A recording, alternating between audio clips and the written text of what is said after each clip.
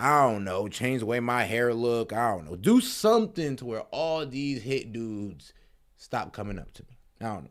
Like, yeah, you ever thought about that?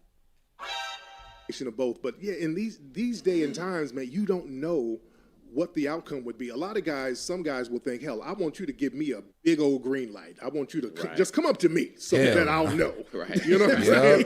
Right. Just walk up and really. And to a certain degree, I understand now. Because they had something going on a few years ago called street harassment. Some of these white feminists had some stuff where if a dude walks up to a woman on the street, they were trying to get a law against that. So a lot of guys are thrown off by that. I mean, that's a real thing. Shit, so, I'd have been through all by it. It's kind of a half and half thing. We can't have our cake and eat it too. You can't say you want men to approach, but then you say, okay, if certain dudes approach, that's going to be a crime. So a lot of guys, might be a little confused. That's what I'm saying. I think a lot of girls didn't like the options that was being presented to them. I'm pretty sure if a lot of women were getting the options that they wanted being presented to them, they wouldn't even complain about dudes walking up to them. They didn't welcome it. But it's the women who were having all the dudes that pretty much were looking at them, the hit dude, they're looking at you, you looking hit yourself. So he's going like, hey, you in my ballpark. Up. And now you want to get mad because some ugly dude thought you was in his ballpark. Girl, that's your fault. That's not his fault. Who's by that? So the ladies in this situation, how do the ladies respond to that? I mean, should they adopt a more assertive, way to communicate to the men? And that's a great question because here's the thing. Sometimes if women are too assertive, that kind of kills the thrill of the chase. See, we're like hunters, man. We want to get a little pushback. We want to know that we earned it a little bit. Facts. So if a woman is too assertive, we might think, okay, she might be kind of easy. But we don't want to approach a woman and she's like, this dude at the gym, I'm trying to work out and this dude is trying to bother me. Because women do that. We've been seeing that. It's all over my timeline. Yeah. So it's a weird space right now, man. So men and women, we got to kind of get together and say, okay, what are the rules? What are the boundaries out here now? So we got to get an understanding. Yeah, we got to low key, like, man, I damn near wish women would come together and be like, all right, look. I know we've been trying to criminalize y'all for a minute, but here are the guidelines that all the women must follow too. If you want to show a guy that you're interested in the gym, you got to do this, that, and this. With treatment, she say, staring at you more than 3 seconds and walking past you hella times. Those are pretty good markers that could be added to the list. But y'all women damn near need to start helping out a little bit. Just a little bit. Because, niggas like me, I ain't gonna lie, dude. You give us enough attention that you gonna get what you want. You gonna get what you want out of us if you give enough attention and if we like you enough. But, bro, the rest of y'all that's over there sitting on y'all ass thinking that us niggas about to risk our gym membership walking up to you? Oh. No, we are not. That's why in the gym, a lot of dudes would want you to be overly overt. Outside the gym, yeah, you can look at a dude for 3 seconds. He might walk up, outside of it. Very social, anti-social culture going on. Right, man. It's like strange. it's just real strange. People don't know what to do, and I get where women are coming from because some women might try to approach guys, and you don't know what's on this dude's mind. You got dudes out here who'll start trauma dumping. A woman will try to give a guy the time of day, and then he'll be on something else, and he might be on some stalker vibe. Yeah. So it's a real weird dichotomy out here. I think the best way to get around that, man, is your approach nowadays. Just absolutely, if you're a brother, make it very casual. Like the Hey Beautifuls, we're done with the Hey Beautiful eras. Yeah, like it's done. At this point, you in a line. You gotta have a little bit more finesse now, man. You gotta have way more finesse.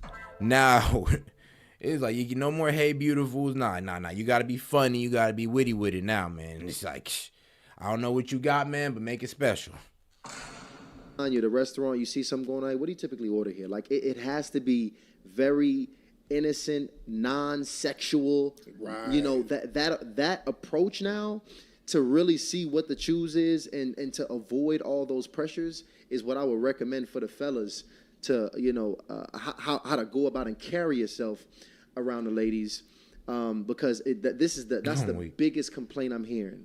The ladies are saying the men are refusing to pursue, and the men are, pretty much they've gone digital. They've gone digital. Yep. They said, man, I ain't talking to you in person, but I'll slide in your DM, which is weird. Like, I ain't even gonna lie, girls. I'll give it to y'all on that. Yeah, I get it. It's like, oh, so you won't talk to me in public, but, I'll go on my dating app, and the same person I see in public done slid in my DM?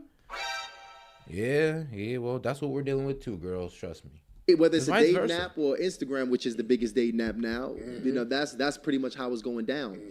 But I want to ask this too, going more because the beauty of that's the thing about Tariq, man. Historian, relationships, we can take the conversation anywhere. I want to go here as far as just men in general. Do you feel like we're trending upward in our development, in how we moving and how we're growing, in the pace at which we need to be growing in this evolved world? Or have we taken a few steps backward? What do you feel about the state of men right now altogether? Well, men are going to be men. Men are men, and you're going to have a different spectrum of men. Simps are going to still be simps. Dusties are still going to be dusties. Hey, simping gonna be simping. The pimping's gonna be pimping. And, broke niggas gonna be broke. Men gonna be men. And the movers and shakers are going to still move and shake. Okay. The hustlers and the progressive men, we're going to always find a way to go out here and evolve with technology and do what we need to do. Facts. Some of these other guys, you got to step it up now because it's getting so bad now with technology. It's leaving a lot of the non-progressive people obsolete. This is why we have so many brothers who are homeless. People don't want to take that step. I talk to sisters who work in the medical field, in the nursing field. You got guys in their 40s and 50s going into nursing homes now. Wow. It's getting bad. If you are not a hustler, you're not out here getting it. There's a lot of resources out here. There's a lot of opportunities out here. As men, you're supposed to be leaders. You're supposed to be out here moving and shaking. You're supposed to be out here making paper. You're supposed to be out here providing. We have a lot of things with guys now who want to be perpetual. Cooking. That's all the things you need to be doing. You just be out here straight trying to conquer as a man. Just get it every single day. Don't even matter how you're feeling, what you're going through. Do you have motivation or not? Nope, don't matter at all. You got to go out there and do it regardless. Man, I ain't gonna lie. He was spitting for that. Teenagers. That's not going to work. If you want to be the guy who's sitting up gaming all day, if you want to be a gamer, you better make money being a gamer. Facts. You understand? Yeah. You better turn that into an industry. But being the perpetual teenager, that's not going to work. You're going to fall off very quickly. And you got like 3 years tops. Because the world is moving and shaking, and the movers and shakers are going to evolve with that. And the reality of it is we demonize online and the internet a lot, but right now this is the greatest time now to make money. Go out and get you some bread. To hustle, to be a millionaire. I mean, the workload is probably lower than it's ever been to make the monies that you can potentially make in this point in time. So, fellas, make sure you're leveraging and keeping an optimistic eye with the, things and the resources that are in front of us right now. Yep, stay optimistic to opportunity. Just know it's always there. If you show up every day, if you do what you need to do every day, opportunity will arise. It will come to you eventually, but you got to put in the work. Fortune favors the bold. We all know the saying. And then use the real world. Like when we first started doing the Hidden Colors series, we started 2010. Kickstarter was new, the whole crowdfunding platform. So we used that. We're going to go ahead and get over here to where he really starts cooking on another level. Don't get me wrong. I have much respect for hip hop. I grew up around it. I love it. It's a major part of my life. But do you feel like hip hop has positively contributed to our culture up until this point? What's your thoughts on that? Yeah, to this point? Nope. Back in the day, you could make an argument. But today? Pop is a positive. The thing is, the corporate structure, they've gotten a hold of it, and they're controlling the music aspect of it. Okay. And that's a problem because they're not having any balance with it. Damn. Hey, yo, this girl in the chat started snapping. She said, hip-hop keep men as boys. Hip-hop has destroyed blacks. Hey, let's go. Hey, I go lie, sweetheart. I don't know who you are, but you cooking. Hip-hop started as a way for these black children in the Bronx to get out of trouble. you got to understand what made them create hip hop. This is what we talk about in the movie Microphone Check. In the 1970s, you had these black kids who were children of the baby boomers who moved from the South to the Bronx, and resources in the schools were taken out. They couldn't get dance lessons like other kids. They couldn't go to private schools. The Bronx was being decimated by landlords burning down buildings for insurance money. Yeah, projects. The neighborhood was being flooded with heroin at the time. So this is what these children saw. And instead of them falling into... Oh, yeah, and trust me, them Bronx, and look, man. Nothing is crazier than the New York projects. Oh my God. You're talking about somebody who grew up in the New York projects.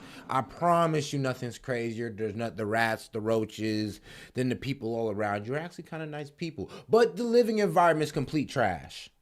The Now that I think about it, deprivation we're nice around them. They said, let's get our parents' records. Let's do some of these rhymes that we see Muhammad Ali and Dolomite and some of these radio DJs do. Let's do some of these dance moves that we see some of the tap dancers doing. Since we can't get tap lessons when these guys freestyle and hit the floor, we can at least do that. Let's plug up some equipment on these power cords outside, and let's have parties and just stay out of trouble. And from that, they created one of the most influential cultures that we have now. That's very commendable. And they had a code when they did this.